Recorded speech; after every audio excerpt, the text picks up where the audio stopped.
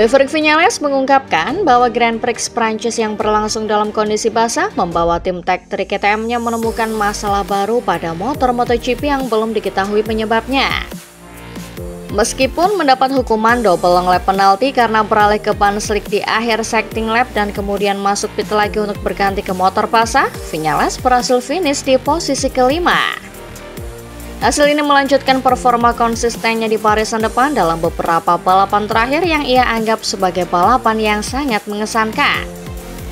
Namun, ia mencatat bahwa motornya mengalami masalah wheel spin saat menggunakan ban basah, terutama di lintasan lurus utama yang menghambat lajunya. Tim Tech3 KTM masih perlu menyelidiki penyebab masalah ini yang merupakan pengalaman pertama bagi Viñales dalam balapan basah bersama KTM. Meski demikian, ia tetap puas dengan hasilnya dengan finish keempat di sprint dan kelima di Grand Prix, yang menurutnya penting untuk terus membangun performa tim. Ia menilai pengalaman ini sebagai bagian dari proses belajar, terutama karena ini adalah balapan basah pertamanya dengan KTM. Pembalap KTM lainnya Pedro Acosta juga mencatatkan hasil terbaiknya musim ini dengan finish keempat, menandai kembalinya ke performa terbaik untuk pembalap berusia 20 tahun ini. Acosta menggambarkan balapan ini sebagai pengalaman yang penuh tekanan dengan keputusan strategi yang sulit, terutama menentukan waktu terbaik untuk masuk pit. Meskipun tim membuat pilihan ban yang kurang tepat, ia tetap merasa puas karena mampu bersaing kompetitif di sprint dan Grand Prix. Hasil ini menjadi alasan baginya untuk optimistis, menunjukkan bahwa tim berada di jalur yang benar meski dihadapkan pada tantangan cuaca yang rumit di Le Mans.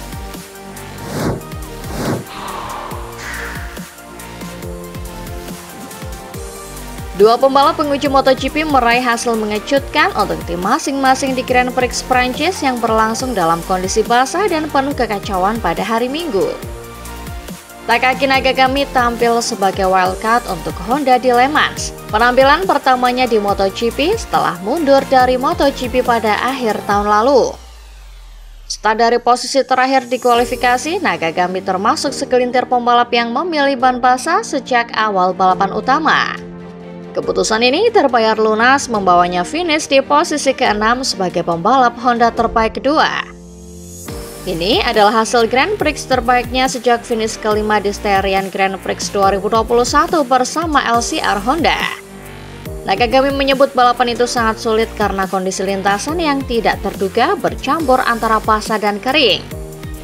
Meski tidak mengira mendapat hasil sebaik ini, ia merasa puas dengan keputusan strategi yang tepat, menganggap posisi ke-6 sebagai hadiah bagi tim.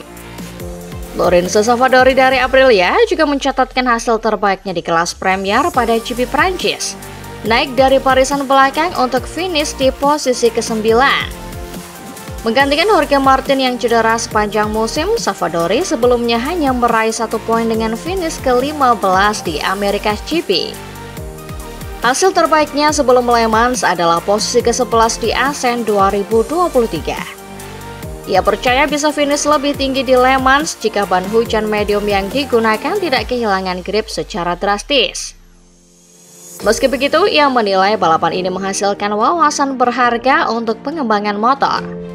Savadori mengapresiasi kerja keras Aprilia, departemen balap, dan tim yang bekerja maksimal untuk memajukan motor.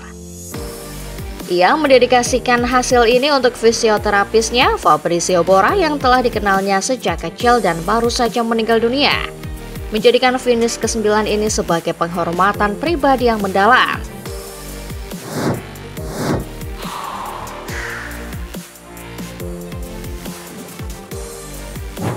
Alex Espargaro akan kembali ke grid MotoGP sebagai wildcard Honda untuk kedua kalinya di Grand Prix Inggris yang akan datang. Pembalap berusia 34 tahun yang pernah meraih kemenangan bersama Aprilia sebelumnya tampil perdana untuk Honda di putaran Spanyol. Ia sempat berada di jalur untuk finish ke-14 yang akan menjadi poin pertama baginya bersama Honda.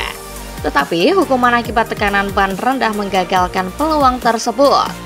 Motor prototipe RC Tuan Drift yang dikendarai Espargaro di Spanyol kemudian digunakan Joan Mir untuk tes pasca balapan. Sementara itu, mantan pembalap yang kini menjadi penguji Takaki Nakagami menjalani debut wildcard untuk HRC di Le Mans akhir pekan ini.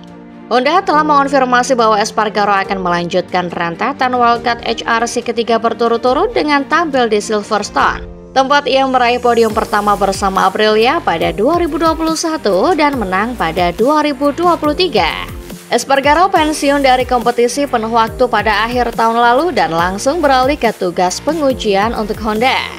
Kemenangan mengejutkan Honda di Grand Prix terbaru melalui pembalap satelit LCR Johann Zarco di Prancis menjadi bukti kemajuan signifikan tim di musim 2025. Perkembangan ini tidak lepas dari kontribusi Espargaro sebagai penguji dan kehadiran direktur teknis baru Romano Albesiano. Kemenangan Zarco adalah yang pertama bagi Honda sejak Alex Rins menang di Austin untuk tim LCR, dan yang pertama untuk non-Ducati sejak Maverick Viñales dari Aprilia menang di Texas setahun lalu. Hasil ini krusial bagi Honda karena mencegah Ducati memecahkan rekor kemenangan beruntun Grand Prix sepanjang masa.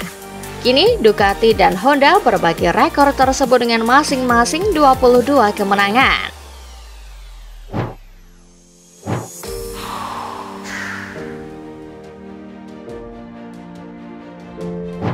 Sementara Johann Zarco merayakan kemenangan pertama Honda di MotoGP sejak 2023, Luca Marini merasa sangat kecewa dengan dirinya sendiri. Meskipun memulai balapan dengan ban basah seperti Zarco, ia memilih masuk pit, sebuah keputusan yang ternyata merugikan. Kondisi hujan yang memburuk memaksanya kembali berganti motor pada lap ke-8. Meski kemudian mampu menyamai kecepatan pembalap terdepan, itu sudah terlambat untuk meraih lebih dari posisi ke-11. Marini mengakui bahwa ia membuat hampir semua keputusan secara keliru, menyanyiakan peluang besar. Ia menyesal karena terpengaruh oleh kecepatan pembalap yang menggunakan ban slick di lap-lap awal ketika lintasan masih kering. Ia merasa ban basah tidak akan bertahan selama 26 lap, tetapi hanya 4 lap setelah berganti ke ban slick, hujan kembali turun. Setelah itu Marini hanya bisa fokus untuk meminimalkan kerugian. Dalam kondisi basah, saat ia melaju sendirian jauh di belakang, ia merasa sensasi motornya tidak terlalu buruk.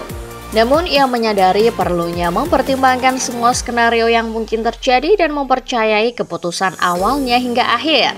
Sebelum balapan, ia telah memilih ban basah berdasarkan perakiraan cuaca yang mengindikasikan hujan, tetapi mengubah rencana di lap pertama menjadi kesalahan besar baginya. Marini yakin jika tetap pada strategi awal, ia memiliki kecepatan untuk mengikuti Zarco ke podium atau bahkan bersaing untuk menang. Ia menjelaskan bahwa Zarco sempat berada di posisi terakhir setelah insiden di sektor pertama, sementara ia sendiri berada di sekitar posisi ke-8.